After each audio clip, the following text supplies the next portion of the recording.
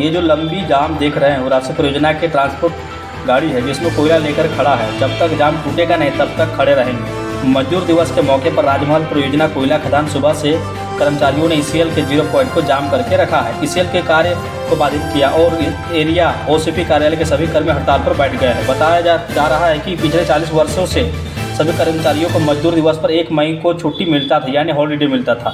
इस बार पहली बार करीब सभी कर्मचारियों को छुट्टी नहीं दी गई है और छुट्टी में रहने वाले कर्मचारियों को दैनिक हाजिरी काट लिया जा रहा था। इस बात को लेकर सभी ईसीएल कर्मी हड़ताल पर बैठे हुए हैं। आप इन तस्वीरों में देख सकते हैं कि सभी ईसीएल की सभी बड़ी गाड़ियां खड़ी है।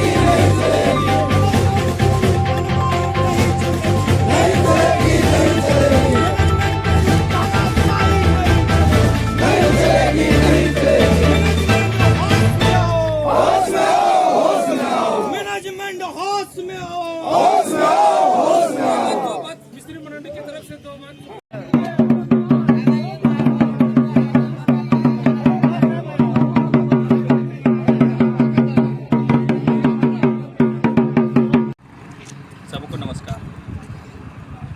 झारखंड का ऐसा जिला गोड्डा जिला जहां पर कोयला का उत्पादन हर साल राजमहल परियोजना पर कोल माइंस प्रोजेक्ट हर साल टन में कहा जाए हमें हर साल बढ़ोतरी होती रहता है। लेकिन आज 1 मई मजदूर दिवस है।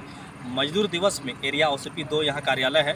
2 कार्यालय के सभी कर्मी धरने पर बैठे हैं और जितने भी यहाँ बड़ी बड़ी गाड़ियाँ मशीन सबल मशीन बड़ी गाड़ियाँ चलती थी सभी चालक सहित सभी लोग धरने पर बैठे हुए। धरने को लेके तो रखा गया है कि सभी की जो मांगे हैं वो मांगे मैनेजमेंट पूरा करेगी या नहीं करेगी। जब तक पूरा नहीं करेगी ये धरना से हटने वाले नहीं हैं।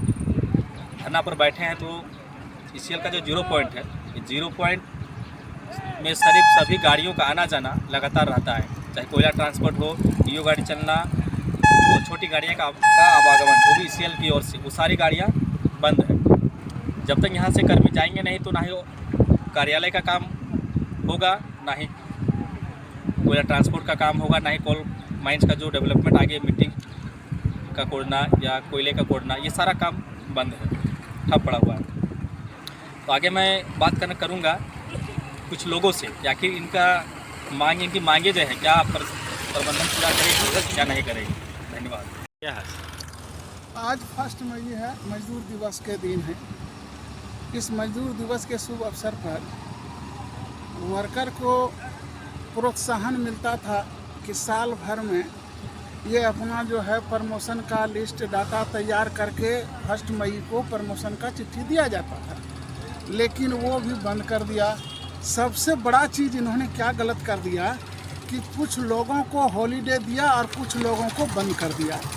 अगर बंद ही करना था तो टोटली आदमी को बंद कर देता, लेकिन इन्होंने वो काम नहीं करके ये तो हमारे बीच में ऐसा झगड़ा पैदा कर दिया जो कुछ लोगों को दे दिया हॉलीडे और कुछ लोगों को बंद कर दिया। यहाँ तक कि हॉस्पिटल कभी बंद नहीं होता था, उनको भी उस यूनिट को भी बंद कर दिया। ओसीपी यूनिट में कभी बंद नहीं होता था, ओसीपी यूनिट को बंद कर दिया। आज यही चीज़ चित्रा कोलियरी जो है राजमहल, चित्रा कोलियरी भी ईसीएल के अंदर में आता है, अब वहाँ भी बंद नहीं है। ये हमारा सिर्फ राजमहल के लिए हुआ है, जबकि राजमहल के मुद्दे पर पूरा ईसीएल का स्थिति और भविष्य जो है बनता है। लेकिन आज राजमहल का जो पोजीशन है बहुत सुंदर है, बहुत अच्छा है। चूँकि इन कमिंग से इन आउट ज़्यादा हो रहा है, लेकिन फिर भी जो है वर्कर को शोषण किया जा रहा है, वर्कर के ऊपर में जो है ये प्रताड़ित किया जा रहा है। आज जो वर्कर है सब यहाँ का भूदाता है, सबका ज़मीन गया है, ज़मीन के बदले नौकरी मिली है। आज नौकरी में जो आया है वह कर्मचारी का अगर आप वेतन में कटौती कर रहे हैं उसका बजट तो अनबैलेंस हो जाएगा।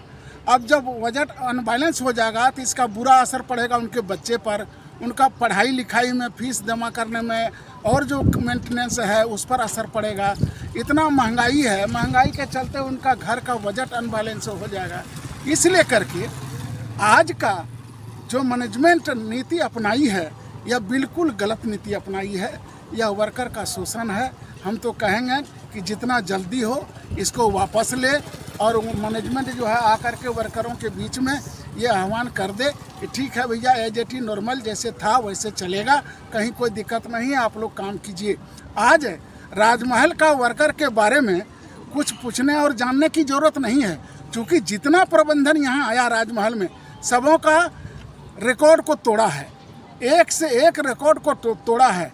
जबकि यहाँ का जो भूदाता वर्कर है उनको कहीं ट्रेनिंग में नहीं दिया, कहीं ट्रेनिंग के लिए नहीं भेजा, वो यहीं से ज़मीन दे करके डायरेक्ट बहाली हुई है उनकी, और यहीं पर डायरेक्ट इतना बड़ा मशीन में काम करके और अपना जो है ये कार्य को स्थापित किया है। आज इस क्षेत्र में यदि काम किया है यहाँ का वर्कर, यहाँ का भूदाता, तो इसमें एक पैसा कंपनी का कोई खर्च नहीं है। बिना खर्च का, बिना कुछ वहन किए यहाँ का भूदाता ने अपनी लगन से इस परियोजना को यहाँ तक पहुँचाया है। और दो थर्मल पावर हाउस, कहलगांव और फरक्का, दोनों थर्मल पावर हाउस को यहाँ से कोयला जो है उनको भरपाई करता है, उनका सप्लाई करता है। और आज यहाँ का वर्कर का ही शोषण हो रहा है। ऐसा 40 वर्ष के दरमियान में कभी ऐसी स्थिति उत्पन्न नहीं हुई थी। ये पहला है जो आज आपका शहीद भेदी पर पुष्प अर्पण करने का दिन है। 1 मई के शुभ अवसर पर शहीद भेदी पर पुष्प अर्पण किया जाता था, आज वो सब भी हम लोगों को वंचित कर दिया। हम लोग पुष्प भी अर्पित नहीं कर पाए उस शहीद भेदी पर। आज हम लोगों को ऐसा ही मैंने प्रताड़ित किया कि हम लोग आज खुले आसमान के नीचे रोड में बैठे हुए हैं धरना पर अपनी मांग को लेकर के।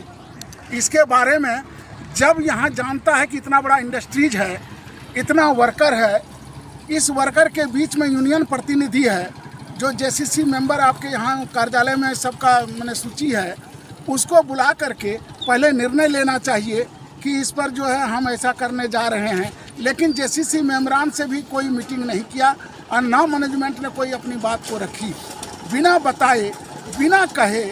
और इन्होंने एक बेग जो है सो ये कानून को लागू किया है, जिससे वर्कर मर्माहत है, वर्कर को बहुत नुकसान हो रहा है, वर्कर निराश है, हारित हो करके वो अपना धरना पर बैठा है।